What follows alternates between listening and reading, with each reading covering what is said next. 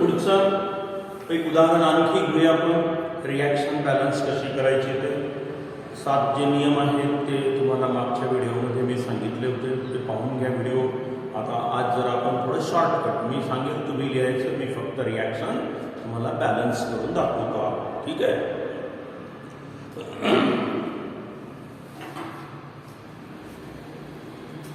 लिहा प्रश्न. Balance the following redox reaction. Balance the following redox reaction in acidic medium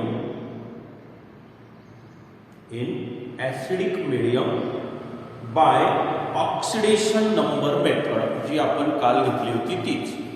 प्रश्न मागचा हा सारखाच प्रश्न, फक्त रिॲक्शन बदलून देतोय मी तुम्हाला. आता बघा, MnO4 4 मायनस 1 म्हणजे फक्त मायनस काही नाही. ॲक्वायस म्हणजे पाण्यातलं द्रावण प्लस Fe2 प्लस, कोणी प्लस प्लस लिहिल, कोणी Fe2 प्लस लिहिल. ठीक आहे.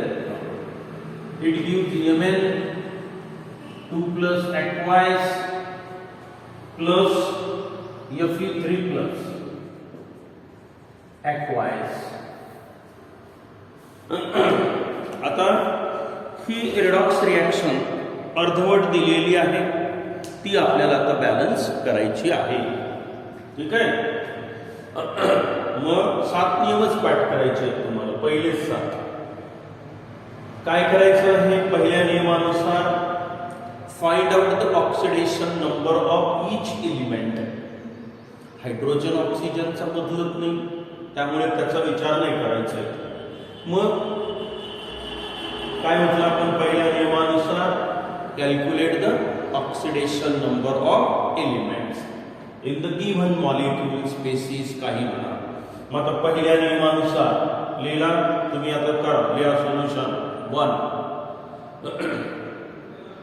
Calculate the oxidation number of elements in the given molecule. लिहिलं. आता आपण कॅल्क्युलेट करूया. तुम्ही पहिला नियम लिहिला, ही रिॲक्शन दिलेली आहे, मी इथे कॅल्क्युलेट करतो आहे. प्रत्येकाचा ऑक्सिडेशन नंबर कसा काढायचा तुम्हाला माहिती आहे. आता त्याच्यासाठी आपण अगोदर ऑक्सिडेशन नंबर काढायला शिकलो. ऑक्सिजन विचारात घेऊच नका, हायड्रोजन विचारात घेऊ नका, अल्कली मेटल घेऊ नका. इथे MnFe आहे, MnFeचाच विचार करा. स्केलेटोन बरोबर आहे का? 1 Mn 1 Mn 1 Fe 1 Fe balance आहे. म्हणजे स्केलेटोन बरोबर आहे. नसेल तर आपणच बॅलन्स करायचं. समजा इथे 2 असतं, तिकडे 1च दिला असता, तुम्ही काय केलं असतं? इथे पण 2 घेतले असते, असा त्याचा अर्थ. पण आता इथे काही गरज नाहीये. मग Mnचा काढायचा आहे, x म्हणा plus 7 into plus 4 into -2 is equal to -1. हे कुठून घेतलं मी? बघा, Mnचा x काढायचा आहे मला. 4 ऑक्सिजन आहेत, एका ऑक्सिजनचा -2, त्याची बेरीज पॉलीएटॉमिक आयॉन असल्यामुळे -1 होईल. मग x -8 is equal to -1, x equal to -1 plus 8, x equal to +7. घ्या लिहून. म्हणजे Mnचा ऑक्सिडेशन नंबर इथे +7 आहे. काढला मी तो. हा किती होईल? जेवढे चार्जेस आहेत तेवढा +2. हा किती होईल? +2. हा किती होईल? +3. हा झाला पहिला नियम आपला. काय? Calculate the oxidation number of each elements in the given species. मग मॉलिक्यूल म्हणा, स्पेसिस म्हणा, वाटेवर. इथे आयॉन हे सगळे आयॉनच आहेत, मग स्पेसिस म्हटलं तरी बिघडत नाही. घ्या लिहून. पहिला नियम आला लक्षात. दुसरा नियम काय सांगतो? आता हा पहिला नियम, हे असं तुम्ही लिहिलं, नियम वाक्य लिहिलं, ही रिॲक्शन लिहिली. आता दुसरा नियम, select those molecules whose oxidation number changes during the reaction. मग असे मॉलिक्यूल, अशा स्पेसिस, असे आयॉन्स तुम्ही सिलेक्ट करा की ज्याचा ऑक्सिडेशन नंबर रिॲक्शन मध्ये बदलतो. Mnचा बदलला का पहा बरं, +7 होता +2 झाला. करा सिलेक्ट. मग हे असंच लिहायचं. हा MnO4 मायनस aqueous किती आहे हा +7, इकडे हा Mn2 प्लस aqueous +2 केला सिलेक्ट तुम्ही हा. नंतर Fe चा पण बदललेला आहे, Fe2 plus aqueous it gives Fe3 plus aqueous, हा होता +2 हा होता +3, +7 चा +2 झाला, +2 चा +3 झाला, काही अडचण. हा होता दुसरा नियम. इथे वरूनच आपण जे शोधलाय ते इथे लिहिलंय मी, असे दोन वेगवेगळे यायचे इक्वेशन, बरोबर आहे. आता तिसरा नियम काय आहे आपला, लिहा. तिसरा नियम, find out increase and decrease in the oxidation number. Find out increase and decrease in the oxidation number. थोडक्यात या इथे मॉलिक्यूल लिहिलेले आहेत, यामध्ये कोणाचा ऑक्सिडेशन नंबर कितीनं वाढला कितीनं कमी झाला हे तुम्हाला आता शोधायचं आहे. मग हे इक्वेशन तुम्ही पुन्हा लिहा. हे असंच असं लिहा, हे असंच असं लिहा. मी आता पुन्हा लिहिली नाही. हा तिसरा तुम्ही असंच असं लिहा. आणि आता हे लिहिल्यानंतर 7 वरून 2 वर आलो म्हणजे काय झालं, इथे डिक्रीज्ड बाय 5. 7 वरून 2 वर आलो म्हणजे 5 न कमी झाला. आणि इन्क्रीज्ड बाय 1, 2 वरून 3 वर गेला म्हणजे काय, इन्क्रीज्ड बाय 1. हा झाला आपला तिसरा नियम.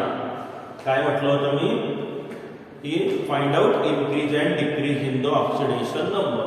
कितीनं वाढला कितीनं कमी झाला ते काढायचं. मग आता याला म्हटलं मी इक्वेशन नंबर 1, याला म्हटलं मी इक्वेशन नंबर 2. या तुम्ही पण इक्वेशन 1, इक्वेशन 2.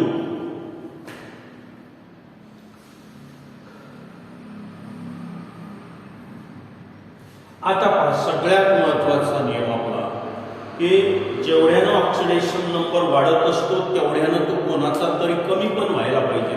कारण जेवढे इलेक्ट्रॉन दिल्या जातात तेवढे घेतल्या जातात. मग याच्यासाठी काय करायचं म्हटलं होतं मी, की सुटेबल नंबरनी सुटेबल इक्वेशनला मल्टिप्लाय करायचं, दोन्ही इक्वेशनची बेरीज करायची, बरोबर आहे. आता पहा, इथे काय आहे, डिक्रीज्ड बाय 5, इथे इन्क्रीज्ड बाय 1.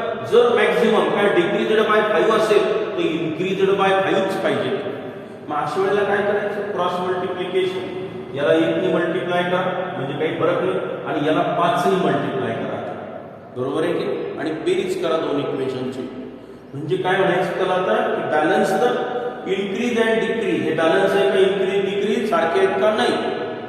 मग हे बॅलन्स करायचे कसे, क्रॉस मल्टिप्लिकेशन. याला 5 ने मल्टिप्लाय करा, बेरीज करून टाका. लिहा मग आपला चौथा नियम. चौथा नियम अतिशय महत्वाचा. Balancing increase and decrease in the oxidation number by cross multiplication method. म्हणजे काय करायचं माहिती तुम्हाला, इथे या इक्वेशनला याने मल्टिप्लाय करा, याला याने मल्टिप्लाय करा, आणि इक्वेशनची बेरीज करा, बरोबर आहे. And add that equations, and add that equations. वाक्य लक्षात आलं. Balance the increase and decrease in the oxidation number by cross multiplication method and adding that equations. मग आता मी काय करतो बघा, तुम्ही आता चौथा नियम हे असं 4 लिहा, आणि आता काय करायचं, क्रॉस मल्टिप्लिकेशन. म्हणजे याला 5 ने मल्टिप्लाय केलं, याला मी 5 ने मल्टिप्लाय केलं, याला 1 ने मल्टिप्लाय करायची गरज नाही. म्हणजे हे पण आता काय झालं, इन्क्रीज्ड बाय 5 आणि डिक्रीज्ड बाय 5. ठीक आहे. हे झालं चौथा नियम आपला, इन्क्रीज डिक्रीज बॅलन्स केला आपण. आता याचं काम संपलं आणि या दोघांची बेरीज करायची आपल्याला. ऍडिंग दॅट इक्वेशन 1 and 2 वेगळे.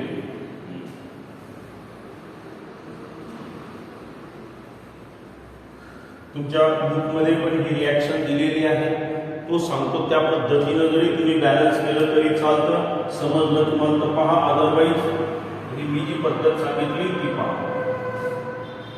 मग आता बेरीज करूया आपण, त्याचं काम संपलंय. ठीक आहे. मग हे बघा, MnO4 minus aqueous plus 5 molecules of Fe2 plus aqueous. It gives Mn aqueous 2 plus 5 Fe3 plus aqueous. चौथा नियम. पाचवा नियम काय सांगतो आपल्याला? Balance the atoms other than hydrogen and oxygen. Hydrogen ऑक्सिजनच्या व्यतिरिक्त कोणी आलाय का? Mn बॅलन्स आहे, Fe बॅलन्स आहे, ऑलरेडी बॅलन्स आहे. लिहा मग पाचवा नियम. Balance the atoms other than hydrogen and oxygen. Other than hydrogen and oxygen. Full stop. खाली लिहा वाक्य. They are already balanced. They are already balanced.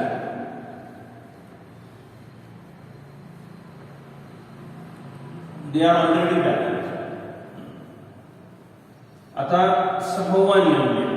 आता कोण बॅलन्स करायचं? ऑक्सिजन आणि नंतर हायड्रोजन. ही रिएक्शन संपली. आता ऑक्सिजन बॅलन्स करायचे आहे. मग लिहा सहावा नियम. Balance the oxygen atom. Balance the oxygen atoms. Oxygen atoms by adding suitable number of H2O molecules to the deficient side. To the deficient side. अर्थ काय झाला बघा की आता या इक्वेशन मध्ये हे जे आलेलं आहे आपल्याला, याच्या दोन्ही बाजूचे ऑक्सिजन मोजायचे. या बाजूला 4 दिसतात, इकडे आहेत का? नाही. मग 4 ऑक्सिजन इकडे पाहिजे. मग 4 ऑक्सिजन न लिहिता 4 वॉटर टाकून द्यायचे. वॉटर म्हणजे H2O. हायड्रोजन शेवटच्या स्टेप मध्ये आपण बॅलन्स करतो म्हणून. मग आता लिहा सरळ सरळ. आता तुम्ही हे इक्वेशन पुन्हा लिहितो मी आता. Mn4 minus aqueous plus 5 Fe2 plus aqueous. It gives Mn2 plus aqueous plus 5 Fe3 plus aqueous. आणि आता मला इकडे 4 ऑक्सिजन आहे, म्हणजे मला 4 वॉटर मॉलिक्यूल टाकावे लागतील. टाकले, झाले ऑक्सिजन बॅलन्स. 4 ऑक्सिजन 4 ऑक्सिजन म्हणजे डिफिशियंट साइडला मी 4 वॉटर मॉलिक्यूल टाकले. बरोबर आहे. 4 H2O. झाले ऑक्सिजन बॅलन्स. आणि आता सातव्या नियमानुसार आपल्याला कोण बॅलन्स करायचं आहे? हायड्रोजन. मग लिहा सातवा नियम. Balance hydrogen atoms by adding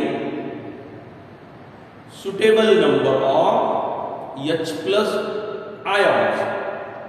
By adding suitable number of H plus ions to the deficient side. To the deficient side. ज्या बाजूला जेवढे हायड्रोजन कमी असतील तेवढे H प्लस आयन टाकून द्या. बरोबर. हा झाला अर्थ. आता या बाजूला एकही हायड्रोजन नाही. इकडे किती आहे? 4 2 8 हायड्रोजन झाले. मग इकडे 8 हायड्रोजनची कमतरता आहे. मग काय करायचं आपण पाहता. त्या नियमाचा अर्थ 5 molecules of Fe2 plus aqueous. आता इकडे 8 हायड्रोजन कमी आहे. 8 H प्लस. हे ऍसिड असतं कुठलं तरी, HCl वगैरे. मग ते स्केलेटोन मध्ये दाखवत नाही आपण, ऍसिड समजून घ्यायचं आहे. नंतर इकडे Mn2 plus aqueous plus 5 Fe3 plus aqueous plus 4 H2O. आता ही रिएक्शन झाली तुमची बॅलन्स. सर्व अर्थानं रिएक्शन ऍसिडिक मीडियम मध्ये बॅलन्स झाली. ही ऍसिडिक मीडियम. आता जर तुम्हाला बेसिक मीडियम मध्ये ऍड करायचे असेल तर पुढे 3 नियम आहेत. जेवढे H प्लस आहेत तेवढे OH मायनस आयन दोन्ही बाजूला टाकले. 8H प्लस 8OH तिकडे पण 8OH टाकून द्यायचे. H प्लस OH एकत्र आणा, वॉटर तयार होतं ते लिहा आणि शेवटी वॉटर वॉटर कॉमन कॅन्सल करा, रिॲक्शन लिहून टाका, आलं उत्तर. पण आपल्याला तिथपर्यंत जायची गरज नाही ऍसिडिक मीडियम मध्ये. ठीक आहे, झाली रिॲक्शन संपली, बॅलन्स्ड स्टेट मध्ये आहे. तुम्ही पाहून घ्या आता इथं सगळे ॲटम्स बॅलन्स झालेले आहेत. डावीकडचे उजवीकडचे एकूण रिॲक्शन बॅलन्स म्हणजे चार्जेस पण बॅलन्स दिसतील. हे बघा पॉझिटिव्ह आणि निगेटिव्ह सारखे आहेत का पहा बरं. एकावर 2 पॉझिटिव्ह म्हणजे 5 2 10, 10 8 18 पॉझिटिव्ह, 1 निगेटिव्ह म्हणजे 17 पॉझिटिव्ह चार्जेस डावीकडे आहेत. तिकडे 17 भरायला पाहिजे. 5 3 15 16 17 पॉझिटिव्ह आहे. हे असं आहे. सर्व अर्थानं ही रिॲक्शन आता बॅलन्स आहे. ठीक आहे, ही रिॲक्शन संपली. अशा पद्धतीने नियमांचा वापर करून तुम्ही ह्या रेडॉक्स रिॲक्शन बॅलन्स करू शकता. आता मी तुम्हाला 2-3 उदाहरणं देतो. तुम्ही ती घरी तयार करा आणि लिहून काढा वही माझ्या नंबरवर पाठवून द्या. म्हणजे त्या बरोबर आहे की नाही तुम्ही सोडवलेल्या हे मला सांगता येईल तुम्हाला. चालेल. मग आता काही होमवर्कसाठी मी तुम्हाला रिॲक्शन देतो.